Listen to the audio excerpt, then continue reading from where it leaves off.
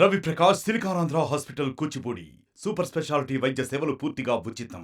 ఈరోజు first time జిల్లా పరిషత్ మీటింగ్కి వచ్చాం. మేమంతా మొట్టమొదటిసారి ఎమ్మెల్యే అందరం. నేను మొదటి ఎమ్మెల్సీగా ఉన్నప్పటికీ కూడా శాసనసభ్యురాలుగా ఇదే మొదటిసారి. నాకు కానీ మా సోదరుడు శ్రీనివాస్ గారు కానీ మంత్రివర్యులకు ఆయనకైనా మొదటిసారి ఎమ్మెల్యేలు, మొదటిసారి మంత్రులయ్యాం. ఈరోజు జిల్లాలో ఏ విధంగా ఉంది పరిస్థితులు అని చూడడానికి వచ్చాం. ముఖ్యంగా ఏంటంటే ఉమ్మడి జిల్లా చాలా సంతోషంగా అనిపిస్తుంది. ఎందుకంటే కలిసి ఉండేటప్పుడు చాలా బాగుండేది. ఇప్పుడు విడిపోయి ఇటువైపు 5 అటువైపు 4 అయిపోయినాయి. ఇప్పుడైనా మీ జిల్లా మా జిల్లా అనుకోవాల్సి వస్తుంది. కొంచెం కష్టం అనిపిస్తున్నా.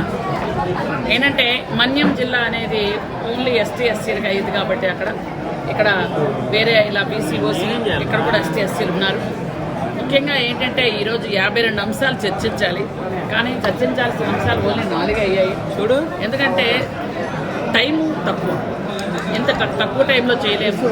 కాబట్టి మళ్ళా ఏదన్నా మీటింగ్ పెట్టుకొని మేము నియోజకవర్గాల వారీగా మీటింగ్లు పెట్టుకొని చర్చిద్దామని అయితే నిర్ణయం తీసుకున్నాం. కలెక్టర్ గారికి ఆల్రెడీ చెప్పాం. నియోజకవర్గాల వారీగా మీటింగ్ పెట్టుకుంటే అక్కడ సమస్యలు ఏంటి, విషయం ఏంటి తెలుస్తుంది. మీకు అందరికీ తెలుసు, గత 4-5 సంవత్సరాలుగా బిల్లులు లేక మొత్తం ప్రాజెక్టులన్నీ ఆగిపోయాయి. చాలా వరకు పనులు ఏవీ వెళ్ళలేదు, నత్తనరక నడిచాయి. వ్యవసాయం దగ్గరకు వచ్చామంటే ఇక్కడ కూడా ఎప్పుడు ఎవరికి నష్టపరిహారం ఇచ్చింది పాపాన పోలేదు. పంట నష్టపరిహారం లేదు. వాళ్ళకు విత్తనాలు అడిగితే వీళ్ళకు విత్తనాలు ఇచ్చేవాళ్ళు, రైతులకు విత్తనాలు అడిగితే వీళ్ళకు విత్తనాలు, వీళ్ళు ఇచ్చిన విత్తనాలు పండించినవి కొనే పరిస్థితి కూడా కొన్ని దగ్గరలో కనిపించేది కాదు. ఇలాంటి పరిస్థితులను ఉన్నాయి కాబట్టి వీటిలన్నింటినీ సెటప్ చేయాలి. అలాగే వైద్యం దగ్గరకు వస్తే హాస్పిటల్స్ అన్నిటిని మళ్ళీ గాడిలో పెట్టాల్సిన అవసరం ఉంది. ఎందుకంటే అంబులెన్స్లు అన్నీ రిపేర్లోనే ఉన్నాయి. ఫెడరల్ అంబులెన్స్లు అయితే ఎక్కడ పైకి వెళ్ళడం లేదు. అలాగే ఎక్కడ నిధులు అయితే కనిపించలేదు. గత టైంలో నిధులు లేక ఫెడరల్ అంబులెన్స్లు అన్నీ గోడౌన్లో ఉన్నాయి. ఇప్పుడు వాటిని బయట తీసుకురావాల్సిన అవసరం ఉంది. కలెక్టర్లు ఇద్దరికి కూడా ఇప్పుడే మేమిద్దరం కూడా చెప్పడం కూడా జరిగింది, వాటిని బాగు చేయండి అని. State of the art research, industry driven skilling, 100% placements. KL deemed to be university.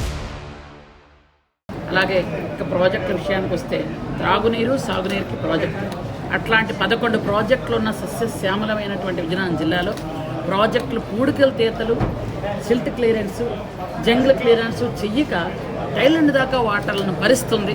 కాబట్టి వాటన్నిటిని కూడా మళ్ళీ ఒక గాడిలో పెట్టాలనుకుంటున్నాం.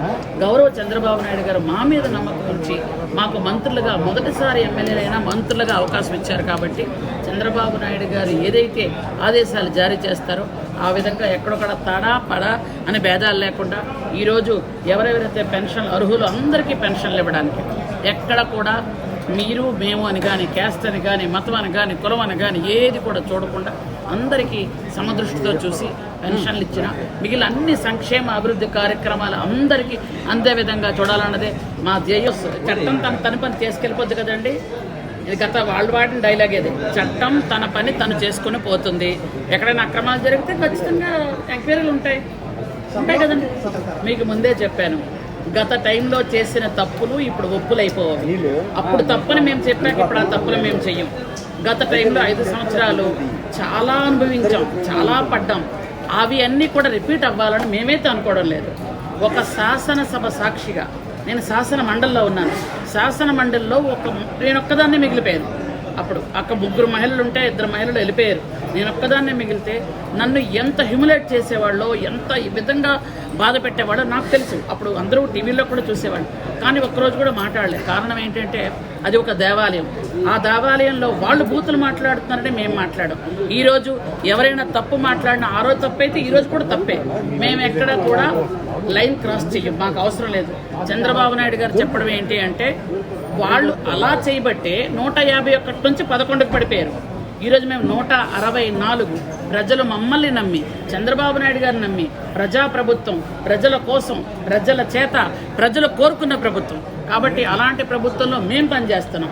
164 మంది ఉన్నాం. కాబట్టి అలాంటి వేషాలు మేము వెయ్యం, మాకు అవసరం కూడా లేదు. మాదంతా సభ్యత సంస్కారంతో ముందుకు వెళ్ళాలనుకుంటున్నాం. ఎవరికైనా ఇబ్బంది కలిగితే మేమే ముందు చెప్తాను. నేనే చెప్పాను, ఇప్పుడు ఎవరైనా లేడీస్ అంటే తప్పు చేయకండి, అట్లాంటివి ఉన్నాయి తప్ప. కానీ కక్షాదిప చర్యలు అయితే మాత్రం మా ప్రభుత్వంలో ఉండబోవు. కాబట్టి ఆ విధంగానే మేము పనిచేస్తామని మీకు తెలియజేస్తాం.